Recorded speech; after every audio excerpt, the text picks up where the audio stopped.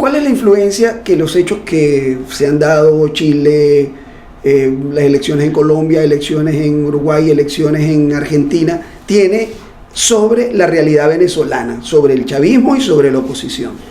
Mira, yo te diría que tiene también para el chavismo hay sus favorables y sus contras, igual para la oposición. O sea, podemos comenzar con el chavismo. A ver. Perfecto.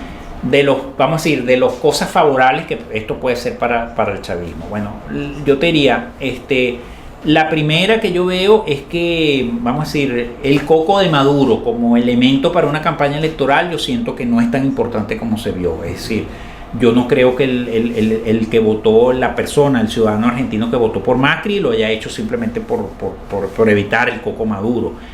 Yo creo que Macri más bien reforzó su clivaje que logró construir en términos como de una suerte de propuesta modernizadora, una propuesta de cambio moderna, en fin, pues alejado del estereotipo o el prejuicio que hay sobre los peronistas, bueno, que son como básicos, populistas, ese tipo de cosas. Yo creo que eso pesó más y bueno, en la propia crisis, vamos a decir, pues que viven la Argentina, pues el tema económico, el tema de la pobreza que aumentó, el hambre, todas esas cosas, creo que pesó más que el coco Maduro. Igual en Colombia, yo no creo que el ciudadano de Bogotá votó por Clara López simplemente porque, bueno, el coco de Maduro. Creo que lo hizo básicamente en ese país, tengo la impresión, por lo poco que conozco y por lo poco que he estudiado de las elecciones, que a ese nivel local el ciudadano colombiano busca propuestas innovadoras, porque hay que recordar que tuvo a Peñalosa, que tuvo a Mocus, el mismo Uribe fue un outsider también en su momento, y ahorita, bueno, está escogiendo una figura que tiene una carrera política, claro, pero es un outsider. Entonces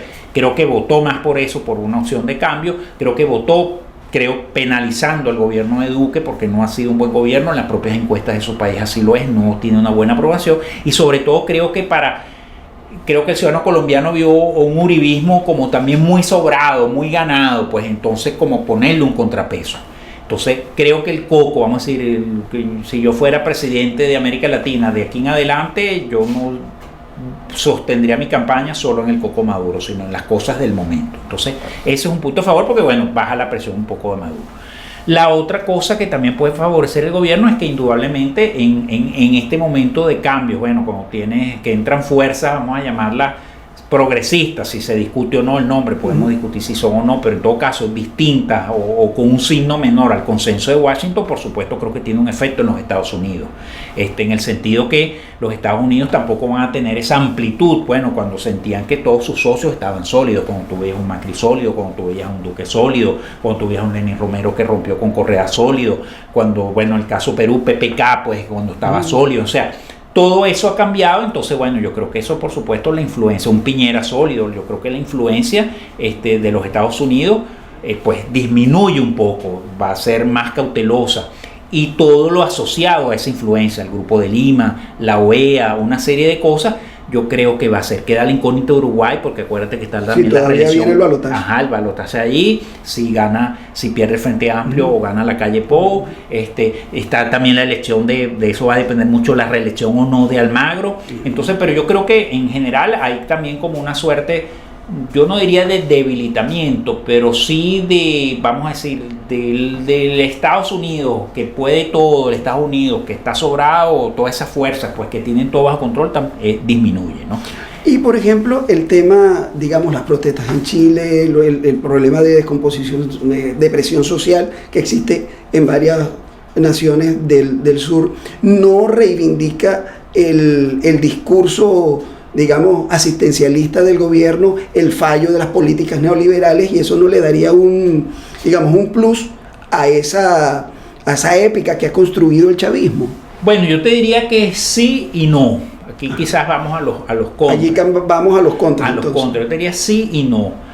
Sí, bueno, porque sí, ese ha sido un discurso constante del chavismo, pues vamos a decir, el tema de la desigualdad, el tema de la soberanía de los pueblos, de la no injerencia, en fin, toda esa serie, la patria grande, toda esa serie de cosas, vamos a decir, que maneja el chavismo. Pero ¿cómo se revierte eso? Se revierte en dos cosas, fíjate. La primera cosa que se revierte es que el discurso, la gente puede decir, bueno, yo quiero más igualdad en Chile, pero eso no significa que yo me refleje en el modelo chavista. Es decir, no es la igualdad chavista la que la gente quiere. La gente quiere más o menos, fíjate, en Chile pasó lo que pasó en Venezuela en los 80, pero al revés. ¿Qué pasó en Venezuela en los 80, pero al revés? En Venezuela en los 80 tenías mucho Estado y se quiso ser un Estado más reformado, pero ni la sociedad quiso ni los grupos de poder quisieron. En Chile es al revés. Tienes un Estado muy pequeño y quieres avanzar hacia un Estado más grande. Entonces yo creo que la gente quiere una combinación democrática liberal como la tuvo Venezuela. No quiere una combinación hegemónica social o hegemónica asistencialista, dependiendo cómo cada quien utilice los términos, que yo creo que es el modelo chavista. Es decir, yo te empodero o yo te doy unas prestaciones sociales, pero esas prestaciones sociales están encuadradas dentro de una lógica partidista, que es lo que hablamos al principio, China, Vietnam, por eso esa lógica de encuadrar al pueblo dentro de una estructura partidista. Yo quiero un modelo democrático liberal.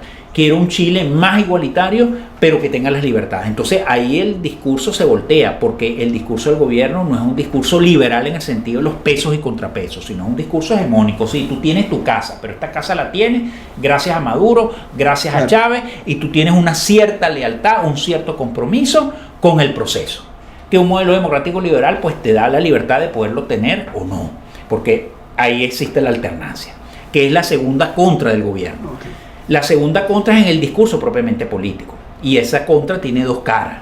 La cara de la alternancia, porque yo sí no estoy en el grupo que ve que la región, el drama, nuestros pueblos, el populismo, toda esa tragedia y el Titanic y todo ese drama que tiene. Y la gente no se da cuenta de que están volviendo al pasado. Pobrecito, ¿no? El cáncer, y salió de un cáncer, pero todos esos dramas de las redes sociales, yo más bien veo, por supuesto, con los riesgos que tiene y todo, pero bueno, esa es justamente la democracia, bueno, que las instituciones están funcionando. Se dio la alternancia en Argentina, los dos reconocieron, los dos se reunieron. El macrismo es una fuerza política. Se reconocen. Exactamente. Se respetan. Eso es una cosa muy importante, porque lo que los argentinos llaman la grieta no se profundizó más. Yo no soy experto, pero yo siento que lo que ellos llaman la grieta, que es esa división que hay allí, pues no se profundizó justamente por lo que tú dices, porque hay dos fuerzas, porque siempre el peronismo ha sido una, pero los contrarios no habían logrado construir. Yo creo que Macri tuvo ese mérito, pero se dio ahí la institucionalidad. Igual en Colombia. En Perú, en Colombia igual se dio, ganó Clara López,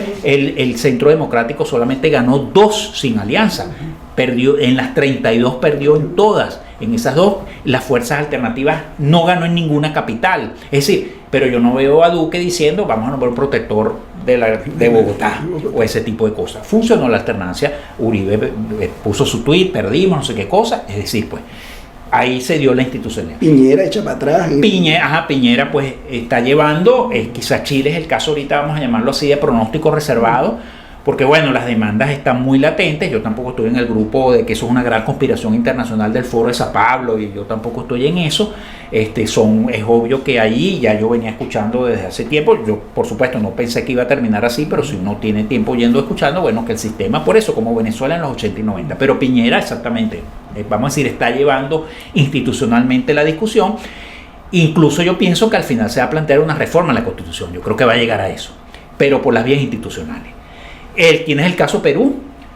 El Congreso introdujo su reclamo al Tribunal Supremo. El Tribunal Supremo aceptó. Lo que no aceptó fue el amparo para activar el Congreso, pero aceptó la demanda. Lenín Moreno desactivó también los elementos de violencia que podía haber allí, y aceptó negociar. Piñera igual, o sea, escucharon, pues, como ellos dicen. Entonces yo siento que la institucionalidad está funcionando.